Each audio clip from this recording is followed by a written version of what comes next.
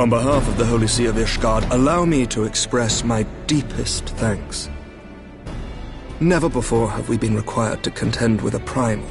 Indeed, there were fears in some quarters that our knights might not be equal to the task. From what we have now learned of these beings, I can say with certainty that we would have lost a great many men had the Scions not intervened. Then the argument for preemptive action should be self-evident. Perchance now you will reconsider my proposal that Ishgard move against Nautolan.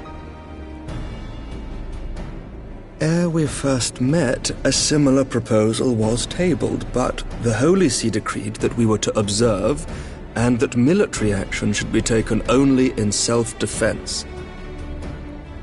All things considered, it was not an unreasonable decision.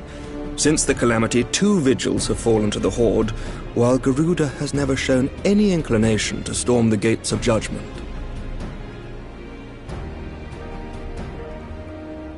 Which is why this unprecedented crisis and its resolution may prompt a change in policy. You who have faced these primals know well the threat they pose. Ishgard did not. Not until now. And there is naught like a brush with death to change a man's outlook. At the very least, this should silence any lingering objections to our arrangement with Revenant's Toll. The Holy See may even feel moved to grant us its formal endorsement. So far as it is possible, the Scions shall be compensated for their service. We should be grateful for any aid you can provide. As a gesture of good faith, I shall withdraw my previous request. Your people are doubtless needed elsewhere. That will not be necessary. We too have a vested interest in watching Dravania's movements. I see. Once more, I must thank you. Sir Emmerich, if I may, do you truly believe that Midgardsormr could return?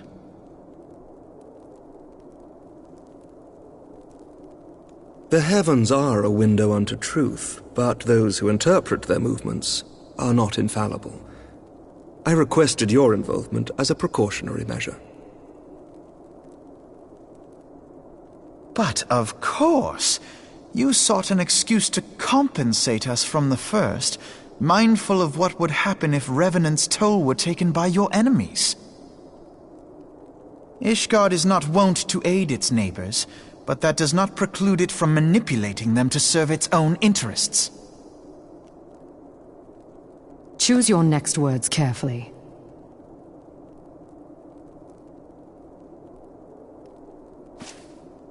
Do you know what sort of man becomes Lord Commander of the Temple Knights?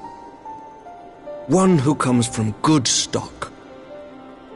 I did not. Yet here I am now. Why do you suppose that is? Because I swiftly learnt to tell the difference between words, deeds, and beliefs. You are correct, Master Leveilleur. Ishgard desires to see Revenant's Toll flourish, as it would present a troublesome obstacle to our enemies from the south. We are so glad to be of use to you. As we are to you. Ours is a mutually beneficial arrangement, lest we forget, one born of necessity. The dragons grow more restless by the day, and the heretics harry us nigh without cease. We have contended with such troubles for centuries, but there are limits to even our endurance. Yet as a pauper is loath to part with his meager possessions, the leaders of Ishgard are not wont to render up their trust to outsiders. But with perseverance on our part, they may yet be made to see the light. Nevertheless, one must take care when walking the road less traveled. Wise words, Sir Emmerich. I shall make a point to remember them. I must apologize for my earlier outburst. I hope it will not sour our good relations. Not at all. You but spoke from the heart. I trust you understand that at times my duties may prevent me from meeting with you. On such occasions, my second-in-command will speak for me.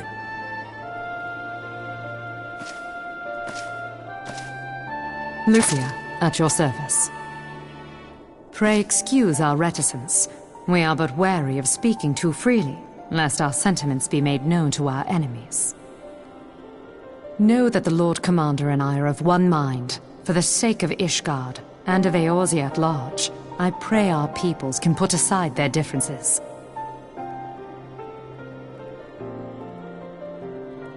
Those who dwell in the past risk losing sight of their future.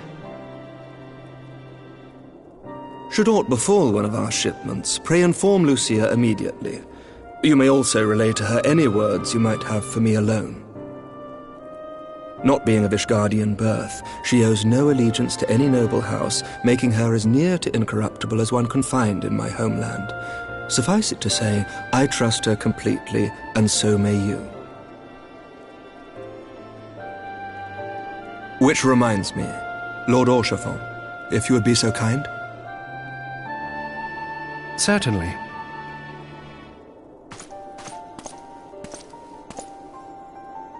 In times such as these, trust is ever in short supply. Mayhap this will go some way to rectify the problem. The results of our investigation into the heretics' recent attacks, as well as our interrogation of the merchant you detained. Sir Emmerich, I cannot thank you enough. Think nothing of it. Ishgard may be many things, but it is no friend to Garlemald. Did I not tell you to have faith, my friend?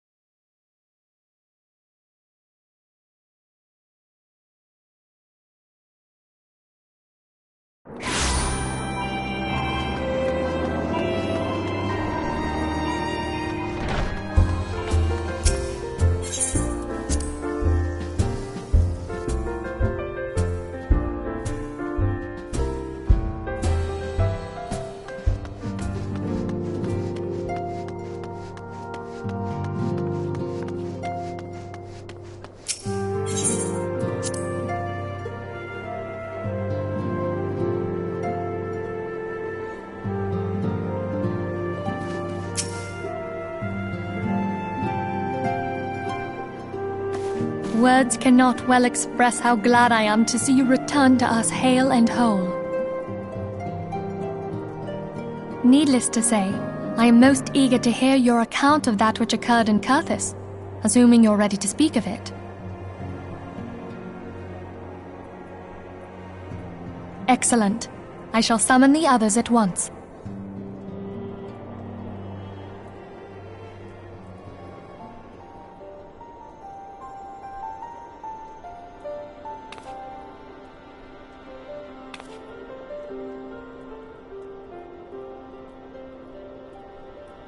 Iceheart used her own body as a vessel for a primal soul? Master Louisoix's writings make no mention of such a possibility. Can we be certain this entity was a primal? As certain as we can be that good King Mogglmog the 12th was a primal, I should think. Both were ostensibly summoned. Let's not quibble over definitions. Of more concern is the implication that Iceheart retained her will, even after she was possessed. We are talking about a mortal, wielding the power of a primal. It can't possibly be that easy, can it? There must be some sort of sacrifice required. Or maybe she's just special? What qualities this woman possesseth, I know not, but full sure am I that she was groomed for this role. Few are privy to the secrets of summoning, and but a single party standeth to profit from their dissemination. Well, I wouldn't presume to comment on how the lass came to know about summoning, but I will say that what she summoned was a primal. The readings were the same, or near as damn it. Strange as it all sounds, it's really no different from what you've faced before. Then mayhap it is time that we re-examined our previous encounters. Pack your things, Ida. We're going back to Gridania. Yes, sir.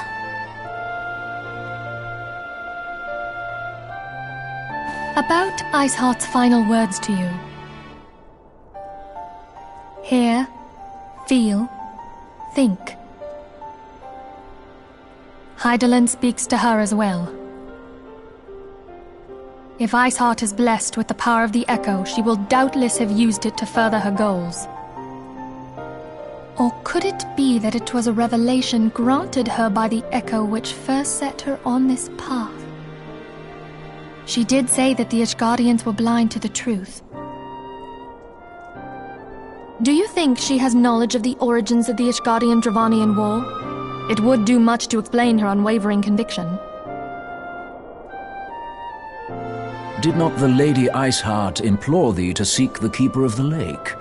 And did she not imply that in so doing thou wouldst come to see with eyes unclouded? Midgard-Zoma was a king amongst kings who reigned for centuries on end. But he is dead and his wisdom lost to the ages. Unless the Ishgardians' fears are well-founded. It would seem we have yet another reason to stand watch over the Keeper of the Lake. For a mercy, we are well positioned to do so. Iceheart, Shiva, Ascians, and Midgard-Zoma. I shudder to think how they're all connected.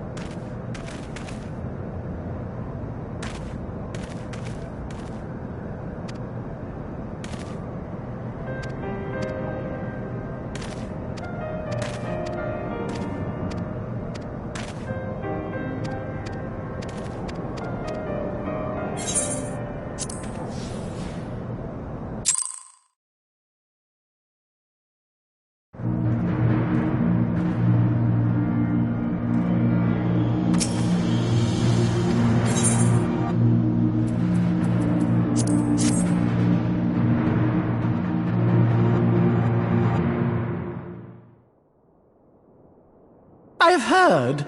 Truly bothersome business. No, I do not foresee a problem on that front. The main concern is Roban. There is no telling what the brute might do. Have the Blades watch him in the flames day and night. You may leave the Sultana to me. I shall personally attend her grace.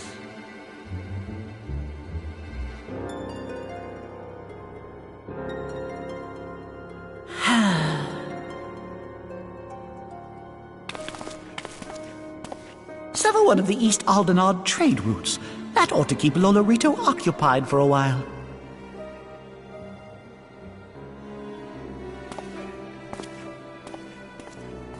Nanamo Ulnamo. For my sake, pray be a good little Sultana to the last.